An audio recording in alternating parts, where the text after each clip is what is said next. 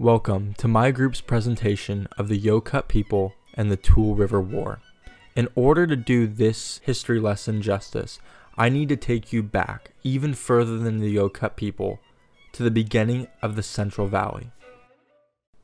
The Central Valley, of which we call home, takes up 10% of California's land, if not more, and is responsible for 1/3 of all the agriculture within America. For simplicity's sake, the Central Valley is divided up into two main parts: the Sacramento Valley, which follows the Sacramento River from north down to south, and the San Joaquin River, which also goes from north to south. However, it bends slightly. That's what we're most familiar with. Now you might be asking yourself, what do two rivers in California have to do with a Native American tribe? I'm getting to that, but it's important to know that the Sacramento River and the San Joaquin River make up the Delta River. That river flows into the ocean, but those two are what make it up. The Sacramento River pumps all of its water in the Delta, easy peasy, no problem. The San Joaquin River, however, tends to lose a lot of water in the Tulare area. That's what caused the Tulare River Lake, which, since we haven't been getting a lot of rain, the San Joaquin hasn't been pumping all that much water for it to lose, and it's just been seeping into the soil. However, over the past few years, the river's been getting so much water, it's actually refilling the Tulare area, bringing back the lake. With all this knowledge already established, I think we're finally ready to start talking about the Yokut people. In the early 1800s, the Yokut people were the first people to live in the Central Valley. They made their home and their base camp around the Tulare Lake area as well as the San Joaquin River. They obviously did this because they needed a fresh source of water, and the river was a good filtered source of water, as well as places where they knew deer were going to graze, like the river or the lakeside. Contrary to what we see most of the time when it comes to Western films, the Yokut people were completely harmless and were actually hunter-gatherers and did not like violence at all. However, when attacked on their own land, they had nothing left to do but to turn to violence.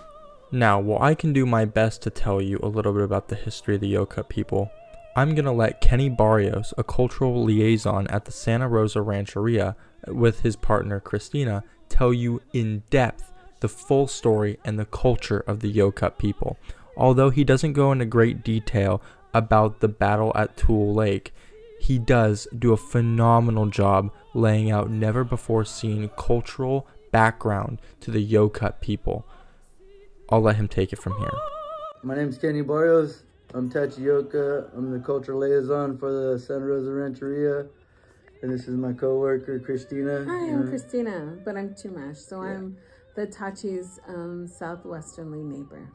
Yeah. So today we're just going to talk basics about where you are, where we are, who's here and who's been here.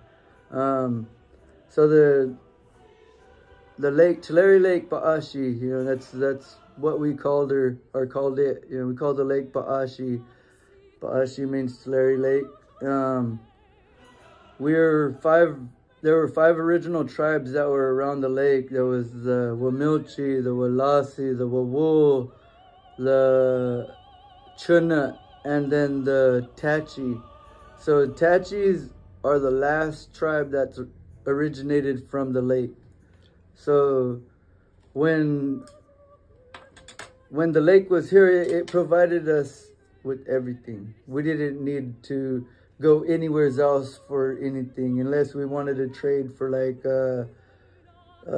different sages or different medicines, that they had up in the hills. Baskets, dried meats, different types of dried fish. Yeah, just other variety of things we would have to trade, But the lake provided everything for us. We didn't have to go anywhere. It had the fish, it had the birds, it had the animals, it had deers. Everything came down to the water. So we had an abundance of life. Everything was just well taken care of by the native people, because we knew if we took care of it, we could use it when we needed it. And that was how we did everything. We didn't take more than what we were supposed to. We took just enough, and then we made sure that all the other things were either burned or maintained so you wouldn't have an overgrowth. Now, I want to clear a few things up before I give it back over to Kenny to continue talking about their fascinating culture. When he mentions the 5 tribes, and he doesn't mention Yokut, he doesn't need to, considering Yokut is an umbrella term for all of the Native Americans on the western coast. He's talking about the 5 tribelets that were known in the Tulare area. Those were smaller groups within the Yokut people. Now, because this is a history class, we want to know dates. So, the Yokuts were first encountered by the Europeans in 1772. Outside of this, they lived a relatively calm and small life while pushing back little by the Europeans into the Tulare area. This is where the Tulare War comes in, but I'm going to let him talk a bit more about the culture before we get into that. The lake, it was 25 feet at its deepest point. It was 75 miles long and 45 miles wide. That's when people started realizing it. But before that, they say it went all the way up. They said it was most of the valley that was lake. We have stories about the lake. We're story people. We live by the land. We live by the stories. Our ancestors told us. A lot of these things haven't been told in a while, but we're trying to bring all these things back. We weren't allowed to do certain things. But when the stories about the lake, we told by the ancestors, is the valley was made by eagle and katoi, raven, and the eagle made the hills on the east side, and katoi made the hills on the west side. And by them flying over the lake, because it was all water, they were flying over the lake and they seen a mud duck, Tutsai. That's what we are named after. We're named after the mud duck. It's Tutsai. So they flew down, and he's seen the mud duck right there, and he seen he had mud on his bill. So he told him, he said, "Hey, where'd you get that mud at?" He said, "I got it at the bottom of the lake." He said, "Hey, if you bring me 1 scoop of mud, I'll give you a fish." And Katoi said, "If you bring me 1 scoop, I'll bring you a fish too." So he started bringing them dirt or mud, and they started building the hills on the east side and the west side. And then one day, as they were doing that, Eagle said, "I'm going to go out and see if I can find more help, see if I find more ducks, duck size." And before he left, he told Katoi, Raven, he said, "Hey, when I go, continue building on both our sides, so when I get back, I continue building on mine. And then we could, we'll finish and be equal." Well, Raven said, "Okay." Well, when Eagle came back, he noticed that Raven's hills were way bigger than his. And Eagle was like, "What happened? I thought you were going to do both of our hills, And so Eagle went down to Tutsai, and he tells Tutsai, he said, "Hey, can you bring me 2 scoops of mud? I'll give you 2 fish." And Tutsai said, "Oh yeah, I could do that. I could bring you 2 fish, and 2 muds, and you bring me 2 fish." And once he started doing that, Eagle started building his on the east side, making his hills big, because Katoi's were already bigger than his.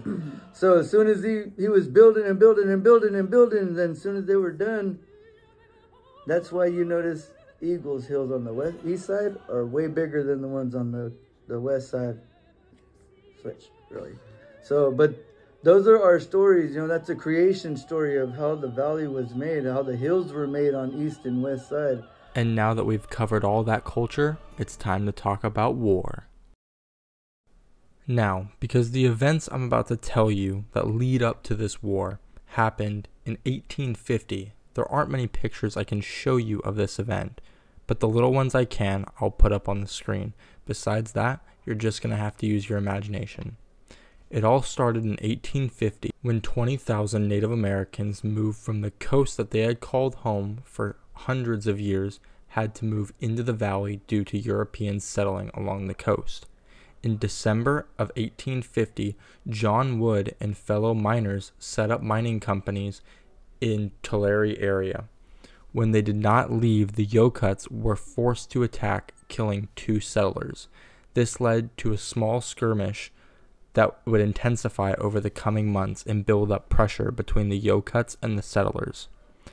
In an effort to make the fighting stop, on May 12, 1851, a treaty was signed on John Wood's gravesite giving Yokuts designated land.